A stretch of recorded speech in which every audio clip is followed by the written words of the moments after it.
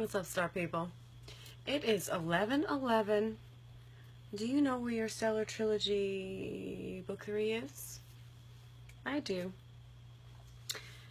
Alright, so we're in a different venue. I'm at my parents' house tonight. And, who's there? Hey, Joey. Welcome. My light is in front. I told you I'm in a different place. Hey, Raj. I'm in a different place, so, I have to readjust. I went swimming today. I'm exhausted.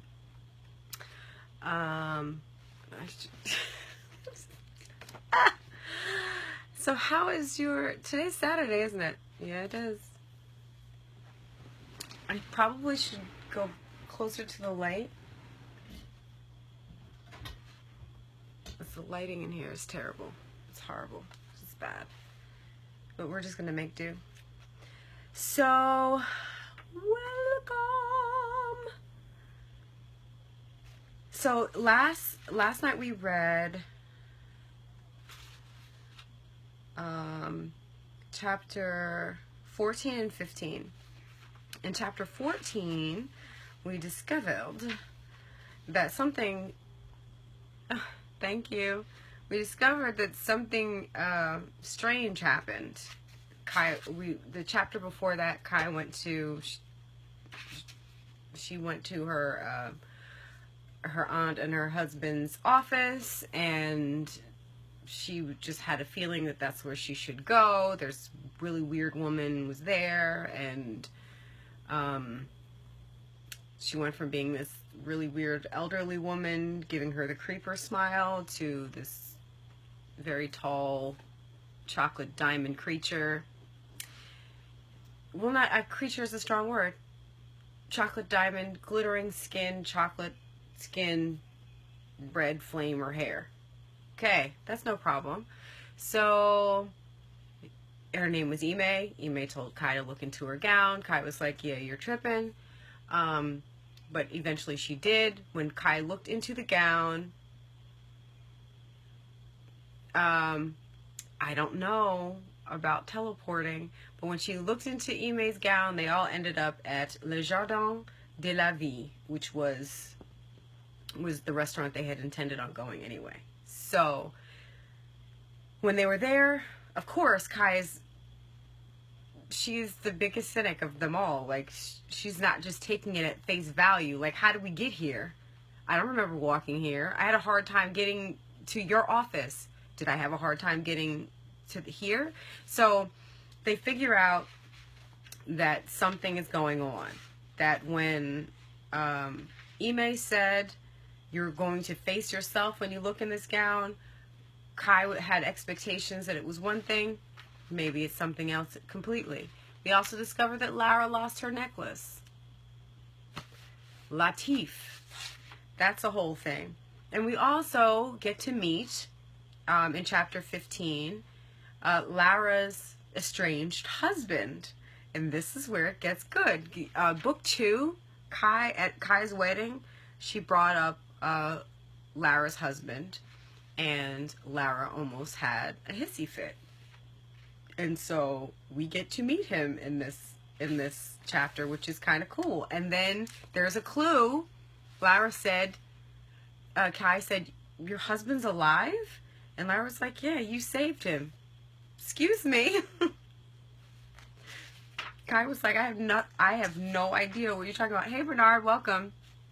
So I'm not sure. I don't think teleporting is the answer here. I think there is something going on, and it's not what we think it is always. Oh, and then where do we leave off? We left off where Kai was just sick and tired of being sick and tired. Like, she was just like, you know what? Y'all and your damn freaking answering my questions with questions, I'm out. And she ended up bumping her head. And it was like kind of a total bump. So she bumped her head, but she ended up, the last line was, there was a tiny hand that reached down from the ceiling. So Kai bumps her head. She's looking up at the ceiling. She realizes that the ceiling is huge, but it's like coming down for her. And there's a little tiny hand coming out. Do do do do do do do do. And she reaches her hand up, and then she gets sucked up into the ceiling. So that's where we left off yesterday. So we're reading chapter 16 today. And 16 and 17 today. Okay, so if you're ready, the gang's all here. That's what I think. I think the gang's all here. We'll get started. Okay, so chapter 16 is called The Boys. Destiny. Determined effort so tenacious it negates yuck, says Frank Chase Jr. It'll all make sense soon. Kai quickly figured out, she hadn't exactly been swept anywhere. She had merely ended up somewhere she wasn't before. This was an important distinction for her, because what she thought was a portal to some far-off somewhere was actually just a funky sort of elevator. She didn't feel woozy or shaky like she had coming through the red door. She honestly just felt like she had traveled up a floor in the restaurant, like a VIP room for very special style. The room was certainly magnificent enough. It was big enough to be a small event hall in a hotel, complete with an atrium that was full of the most glorious plants she hadn't even seen in Tuesday. There was a variety of brightly colored flowers and plants. The showstoppers were the neon palm trees with their bright colored iridescent flowers hanging from the leaves like earrings. The room was bright from the light of the sun, but every plant in the room had its own glow.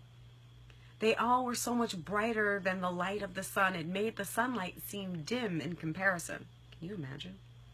The giant wall of the windows she was facing caused streams of light to pour in the room and make everything sparkle. But the plants and trees were so bright, the windows could have been showing a pitch black evening sky, and the room would still be bright like it was day. It took her a few minutes to collect herself from trying to take it all in and reconcile how the brightest light she knew was only a drop in the bucket of the brightest light in the room. Magnifique was the word she settled upon, if only because she had so recently been thinking of Gabe and Genevieve. She kept breathing in the ways the light in the room made her feel. It was so warm, like she was swimming in unconditional love. Arbitrarily, a sparkle of something caught her eye, and she watched it bounce and flicker across the room until she noticed a thick stream of what appeared to be descending blue diamonds. When she allowed her gaze to move up the stream in an attempt to find its source, she realized the ceiling was also made completely of glass. But it was a dark purple color that reminded her of the guru bead of her mala. To be sure, she pulled the stone out from under her shirt, and it immediately began to rise from her hand on its own. She was torn between letting it float and holding it down. You are here!" a voice with a thick French accent said out of thin air. She knew it was Gabe. She only jumped slightly. She was mesmerized, but decidedly present under the strange circumstances. "I am," Kai said in her thick sarcasm, having to look intently around the room to see the body attached to the voice. "Now I know where you went. Now I know where you went. Too bad I don't know exactly where I am or where you're hiding in all of this light." "Mais non! I am not hiding from you, Garou. I am right here," Gabe said, walking through a thin film of air to end up just about arm's length from where Kai was standing. "See? I am right here. The boys would like to make your acquaintance, oui?" "The boys? Who are the boys?" Kai asked. She had begun to get the eerie feeling that she knew Gabe from somewhere else.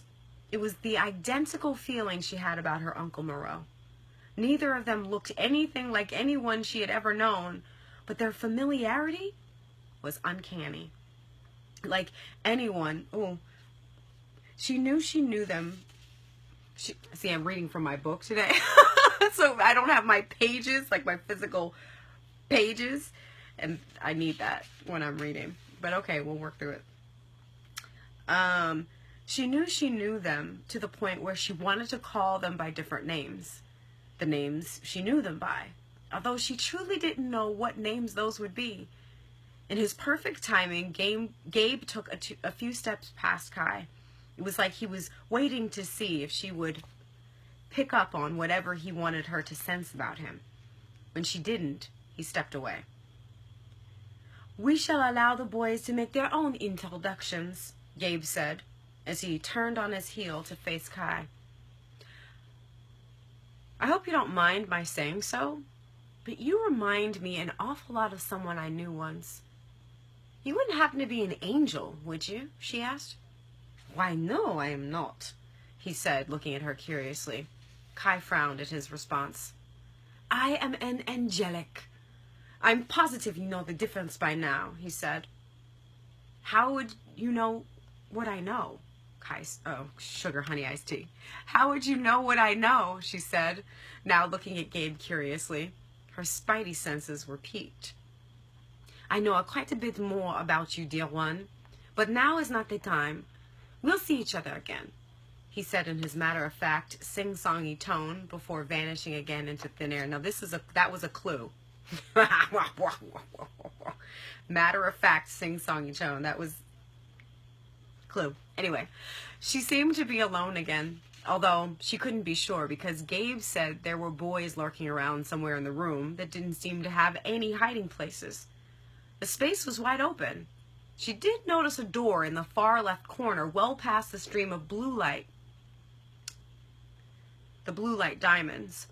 The only reason she could see it was because she had stepped in such a way that the stream was no longer blocking her view to the other side of the room. The door was so plain that it could have been an entrance or an exit. There were no other doors in all the vast space that one could go in or out through. As she stood staring at it, it opened ever so quietly.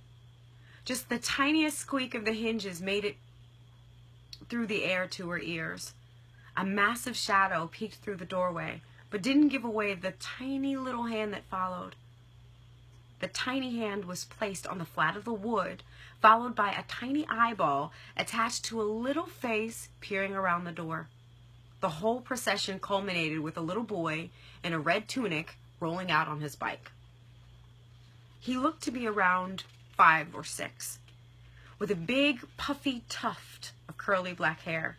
His bike had a bell, and he was ringing it like he had never used a bell on a bike before. When he got close to Kai, he hopped off his bike in a way that was spectacularly agile. He walked curiously over to her with a broad smile. "Bienvenue," he said. "I am Eccord." He had a thick French accent and a bow of a seasoned statesman. "Hello there, Accord. My name is Kai," she said in her well-practiced motherly tone. She then matched his statesperson bow. "We know who you are, Kai of Tustai. It is why we invited you up," he said, sounding less like a 5 or 6-year-old and more like a grown man. "Is that right? Who lives up here with you? I mean, besides your brothers. Are your parents here too?" "I have only one brother. We do not have our parents with us. Our work is not their work, so we come alone," he said. "Alone from where? It must be frightening for you to be up here all by yourself." Accord laughed. "It is nothing of the sort, Kai of Tustai. Fear is nothing that is real. You know this better than anyone," he said, making her feel like she was talking to a boy version of her daughter on steroids. "I suppose I do. So now I must ask how you know so much about me, and I don't know anything about you." "Our story here has not been written yet, but yours has," he said. His tiny kid voice did not match his big grown-up sentence phrasing. "Do you not want to tell me where you're from? I guess it's not from Earth." Kai said, tiptoeing the line of not wanting to sound forceful, and not wanting to sound dumb either. Was he a kid or wasn't he? Where we have come from is not nearly as important as why we have come. Considering that you have an angelic to watch over you, my guess would be that why ever you're here, it's for an infinitely important reason. Did you come to help with the transition? Kai said haphazardly. She didn't even honestly know what the transition was, besides something she wrote about in a blog post. Accord nodded. If you are ready, my brother would like to introduce himself to you now. He said this as though he were introducing some obscure king, and their chatting away was rude to the main event in wait. There wasn't a second of delay between the tail end of Accord's sentence and the opening of the door. Slowly, and maybe a bit shy-like, an almost identical little boy with a gold tunic and the same puffy swath of dark curls appeared through the door jamb. He was wringing his hands a bit while he walked toward Kai. She tried to adjust her eyes because his little face, his brown complexion, his cute little nose and lips were all identical to Accord's in every way except one. Accord had 2 eyes. The little boy walking toward her had only one. It wasn't that he had 2 perfectly spaced eyes and one was covered up with a patch. He had one beautiful, big, and unusual eye, situated perfectly in the center of his face, where 2 eyes would normally be. She was floored. His one eye had long, dark eyelashes, plus the color of his eye wasn't merely brown or blue or green. It was a prism of so many awesome colors it was hard not to stare. It was a glorious eye to have if one were to just have one. When he blinked, his eyes sparkled with the bouncing of all the light in the room. Bienvenue, he said, with his tiny little voice and French accent. My name is Picard. So that, my friends, is chapter 16. Right? Right? Right? Who are these boys? What's going on here? Hi, Wayne. Hi, Donnell. Welcome. Oh, I'm glad. Okay, so do you have any questions before we go into chapter 17? Yeah, right? Yeah, right. Yeah, right. I'm telling you, it's getting deep. It's getting deep up here. It's getting deep in here. So no questions? No questions. Okay, so we're going to move on to chapter 17. It's called Picard. Just wait. There is more to a boy than what his mother sees. There is more to a boy than what his father dreams. Inside every boy lies a heart that beats, and sometimes it screams, refusing to take defeat.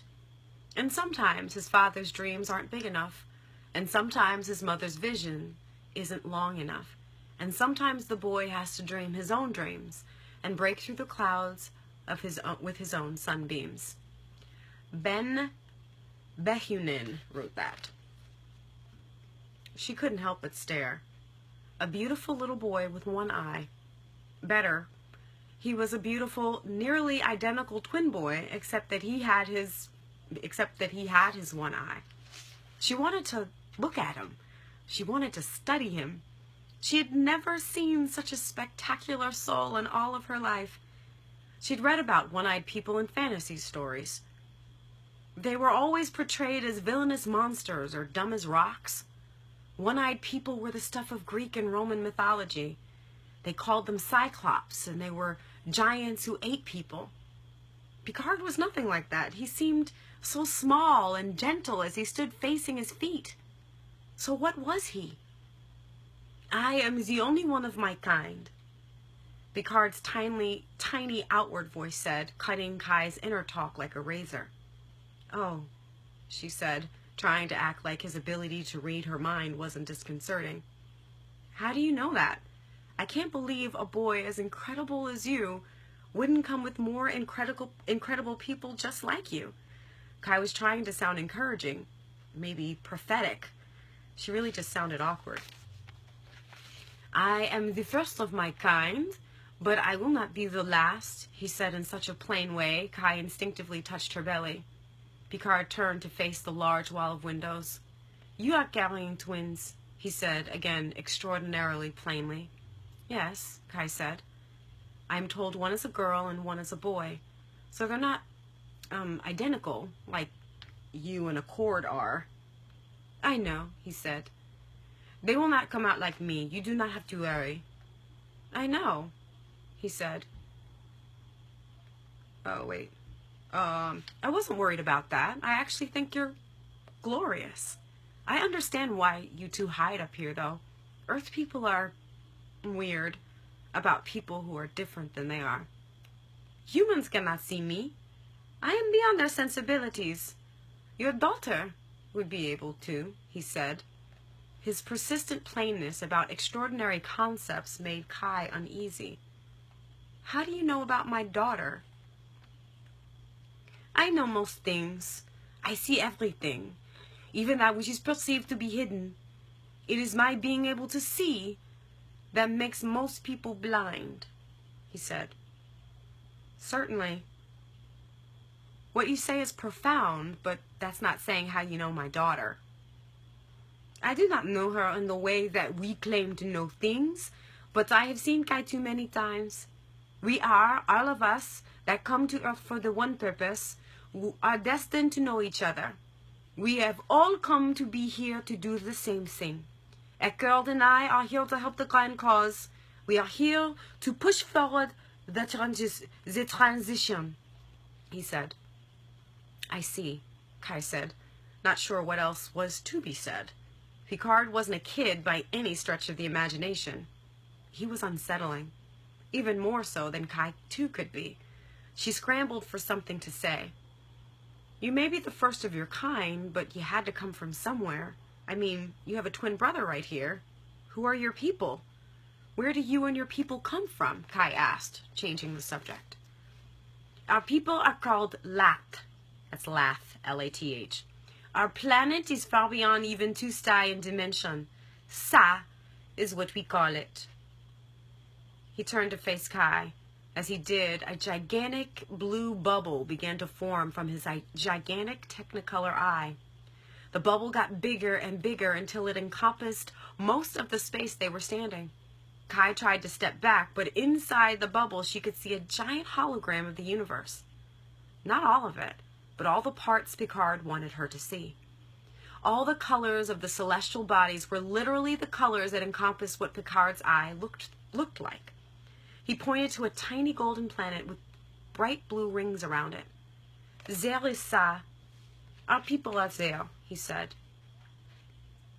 How did you get here then? All by yourselves? Did you take a ship?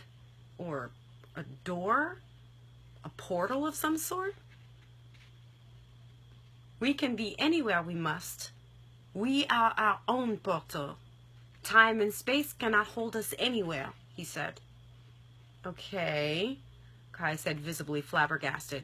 So why would you need to stay on Earth if you can be anywhere at any time? Because our presence on the Earth helps to contribute to the protection of the lives you carry, and as keepers of the promise, he said. Promise? Kai was so confused by now, she was over the conversation. The Magnani will be planted. There are other things that will happen that we must be present for, he said with his unnerving plainness. Oh, Kai said nervously. What had she gotten herself into? No one but her immediate circle was to know about the tree. What other things? This little boy was well past too much.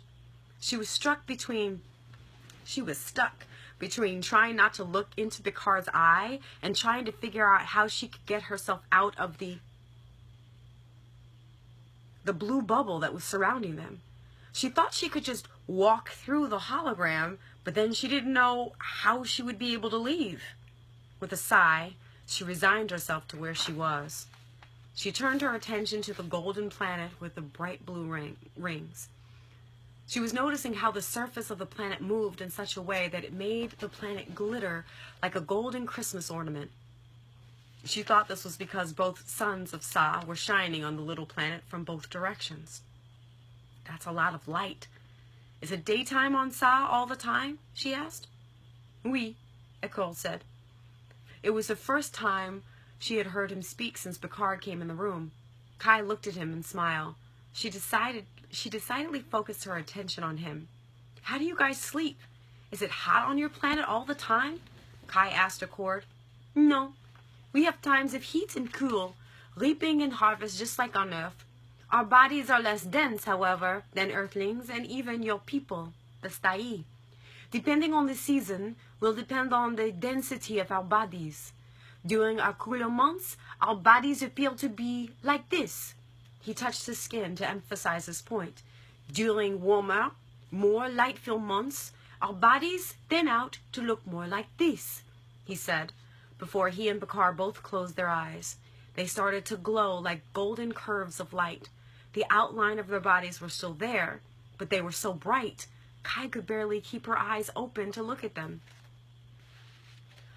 All of the grounds on our planet are lush, fragrant and full of color during our winter season, one of the boys said from out of his personal body lamp. The voice had a lighter, echoey sound to it now. But when it is our summer season, everything on our planet looks like this. We, the Lath, are known as light bearers. It is for this reason that Sa is known as the planet of light. It is a beautiful place. One day you will visit, one of the boys said, as their bright bodies dimmed down. I'm sure I will, Kai said. My light is going out. Hold on. I'm sure I will, Kai said, uncovering her eyes when the boys took on a more human form. So you guys can turn your light on and off anytime you want? That's kind of cool, Kai said gawkily. We can. When we turn on our light, it's for a divine reason, to show or to tell, Picard said. Light is a powerful thing, Kai said. She didn't harp on the subject, even though she still had questions, but she was overwhelmed. Any particular reason you all have French accents? Do you speak French on Sa? Wait a minute. Picard turned to face the window. His blue bubble slinked back into his eye when he did. I'm afraid that is a story for another time. I shall say we do not speak French. The French of Earth speak a mutated version of Lath. Oui? He sounded annoyed. Sure. I was wondering exactly what you know about the Magnanite tree. I was sure our having the tree was supposed to be a secret. There are so many dark forces who don't want to see it planted for obvious reasons, Kai said, changing the subject abruptly. Picard turned back around to face Kai. He stepped a few paces to the side of his brother, and they both spoke at the same time. Your secret is known by those who must know it. There really are no such things as secrets. Our people, the Lath, have sent us as warriors of this one cause, as the light of the coming war. While the presence of the Magnanite on the Earth plane is of great importance, so is our presence. What of Ime? Is she friend or foe? What of Lara's necklace? Where is it? Who took it? Kai could feel a shift in the room as she asked her questions. Whatever purpose she had filled by being called up to see the boys was over. She could feel it. She wanted to see if at least some of her more pressing questions would be answered before she had to go.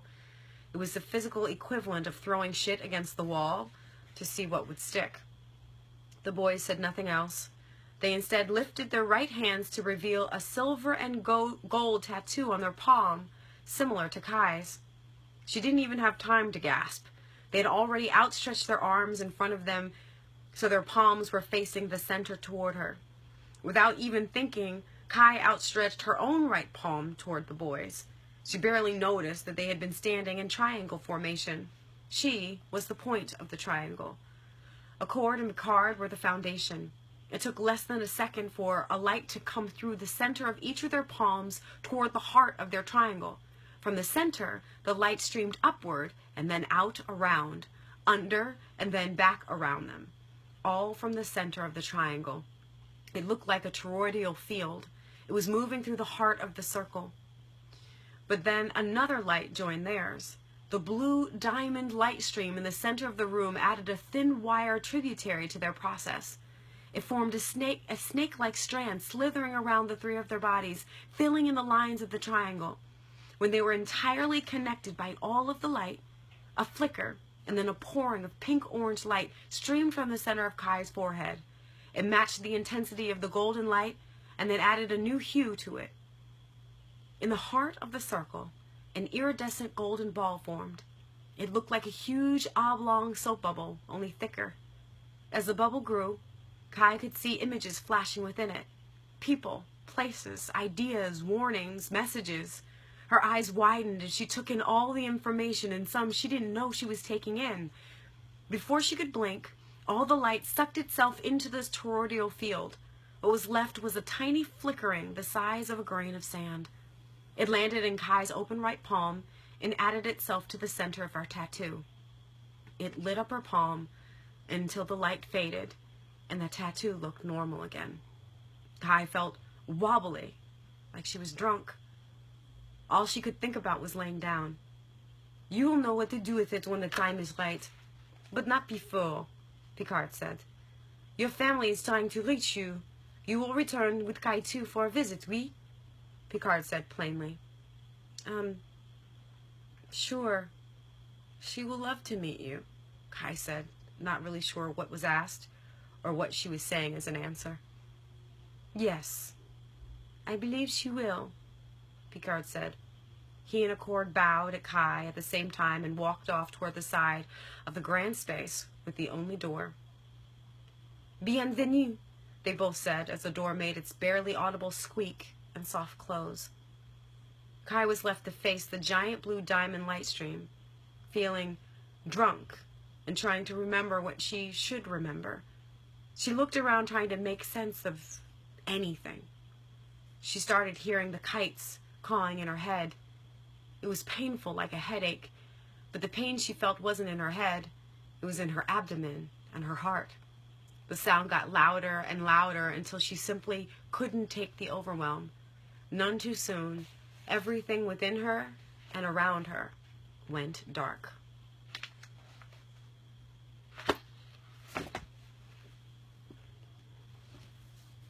So that, my friends, is the end of chapter 17. Questions? Welcome, Anne. Welcome, Mary. What is poetic justice, by Bernard? What is poetic? So where are your questions? What are your questions? I know you got some. Who are these boys? That's a question. Where do these boys come from? And you would be asking these questions because, and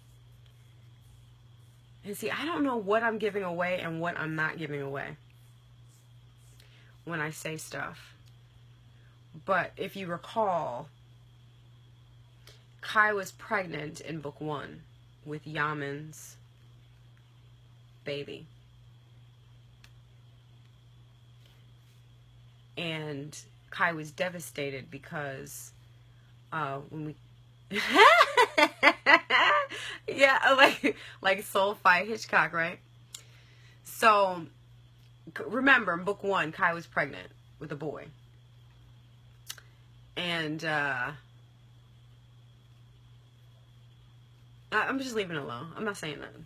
I'm not saying nothing. Because I'm definitely not saying that that's her son. I'm just saying, in book 1, Kai was pregnant with a boy. And she lost him. Or so she lost. Well, she thought.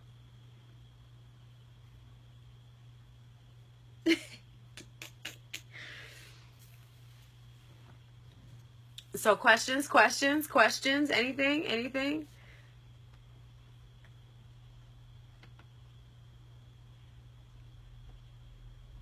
So So I'm getting the impression that you guys are getting the impression now that that this is a puzzle, right? It's a puzzle, right? What are you going for, Raj?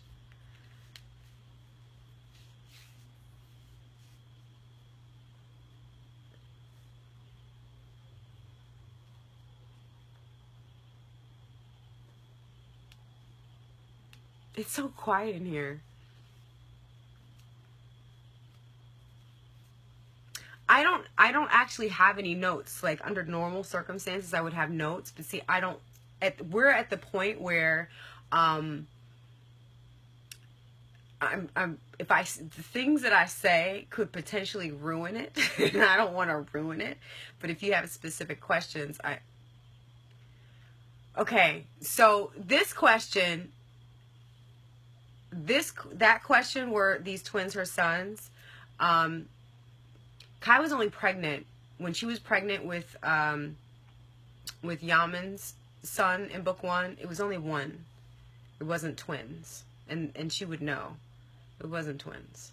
So to answer that question should be no, because she was not pregnant with 2 babies when she was pregnant.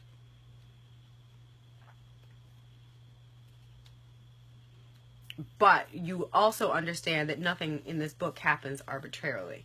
And he did say,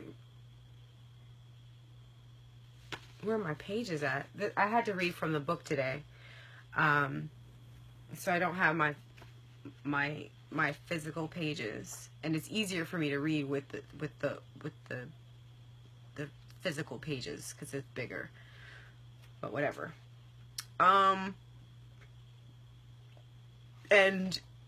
remember, the boy said, he said, we are here. One of the boys said, we are here to be the light of the war. What is the title of this book? Light of the War. Dun dun dun.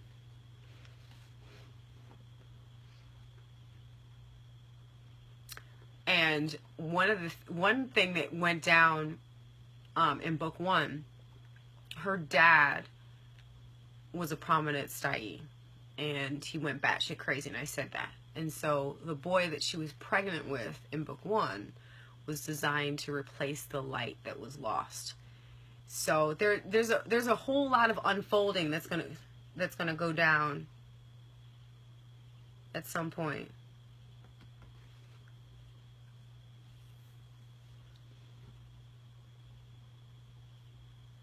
There's a whole lot of unfolding that's gonna go down at some point. So I'm leery to give away too much information because I don't want to ruin it for you. I want you to really just be able to take the ride, because I think all the setup is over. And the other questions? And the other questions? But what about the boy with the one eye, though? We got a cyclops in the place, and this big beautiful eye.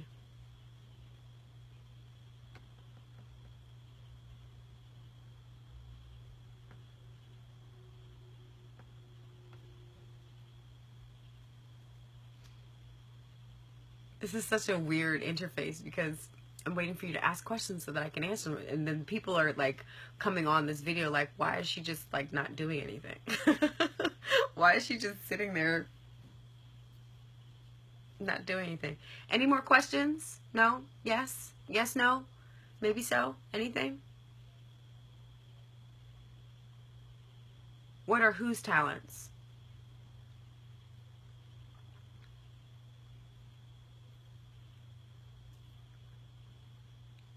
Who? The boys?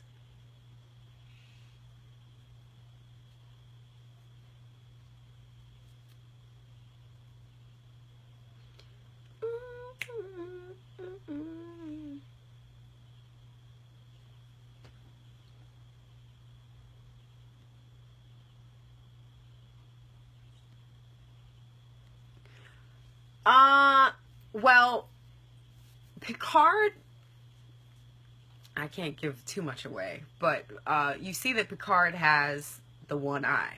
Well, his eye allows him to see everything.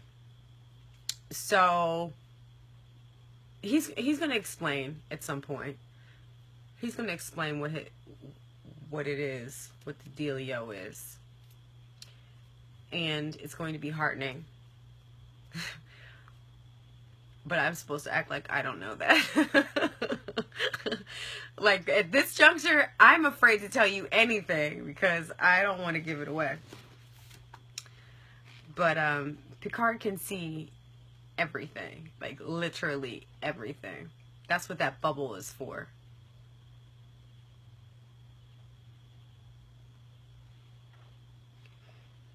So tomorrow, I was going to read 18 today. Sorry for the yawn. Oh my god. So I was going to read 18 today, but I feel like 18 is a little long. Yeah, a little long. So we'll read 18 and 19. Ooh, 19 is long. Well, we shall read 18 and 19 tomorrow.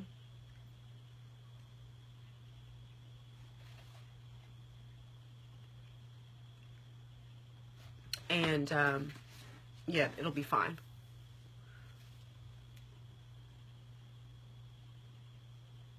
Would his one eye be equal to our third eye?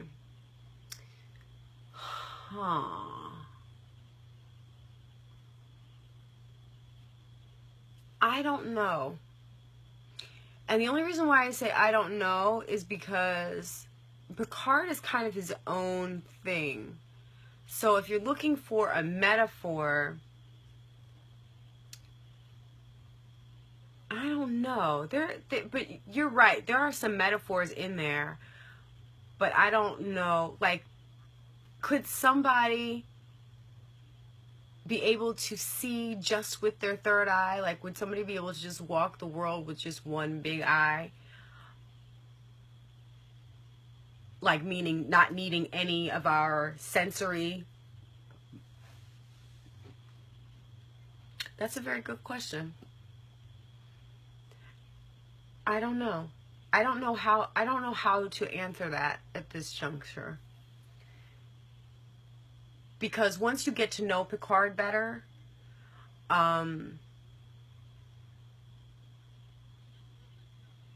you may be able to answer that for yourself. And your question will be even more interesting once you get to know him. Once you get to know him better. So I'm gonna not answer that question.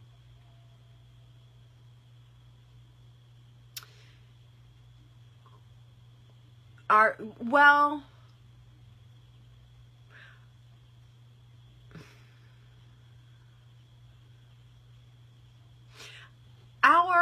sensorium, our sight and taste and touch is trained. We're trained. We've been trained to utilize our sensorium in very specific ways. And I feel like what we have is not well trained. It's trained, but it's not well trained. And so the third, I feel like everything is supposed to work in concert. So you don't have a third eye just to have a third eye by itself, right? You have your sensorium, and then you have your third eye, which is kind of a higher realm sight. So I feel like and see, the reason why I don't want to answer your question is because, again, when you get to know who Picard is, and when you really, really, understand who he is, you'll be able to answer that question for yourself in your kind of own way. And if I answer that question now, then I'm going to be taking that from you, and I don't want to take that from you. But I'm not going to say, I'm leaving it right there. And as far as our two eyes are blind in relation to the third eye, it just depends on where you're looking.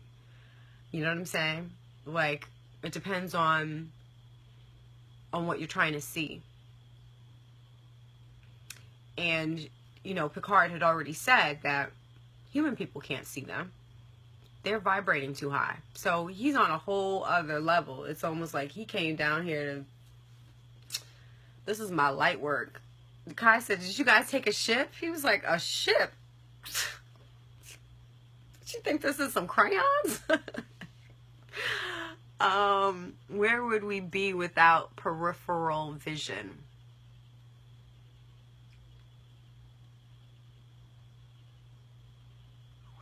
Where would we be without peripheral vision? I don't know. Peripheral is this thing. So you know something's there, but you're not focused on it. So I don't know. I don't have an answer to that question. And I don't have an answer to that question, Bernard. And Raj might have opened the door, the third eye door, but that's a really good question. But that's a question I think that Raj, everybody will be able to answer on their own once we get to that. Once we get to know who Picard is. Now, and you also remember, he's 5 or 6 years old. Dun, dun, dun.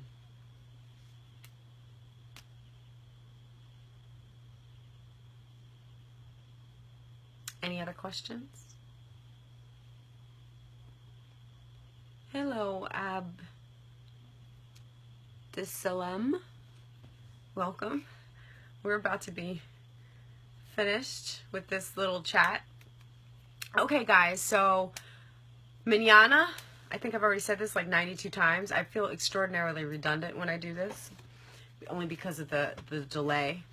So mañana, we're going to read chapter 18 and 19. Remember, on at 11:11 in the a.m., we're still doing Stop, Drop, and Meditate. And tomorrow night at the p.m., we're going to figure out some more stuff with this book. It gets good. At this juncture, you should be taking notes. You will be tested. There will be a quiz. But it's going to be more fun. Well, it's been fun for me. So if you don't have any more questions, I'm going to be out. Last chance. Last chance. All right, loves. Lovianhal Star People, I will see you tomorrow.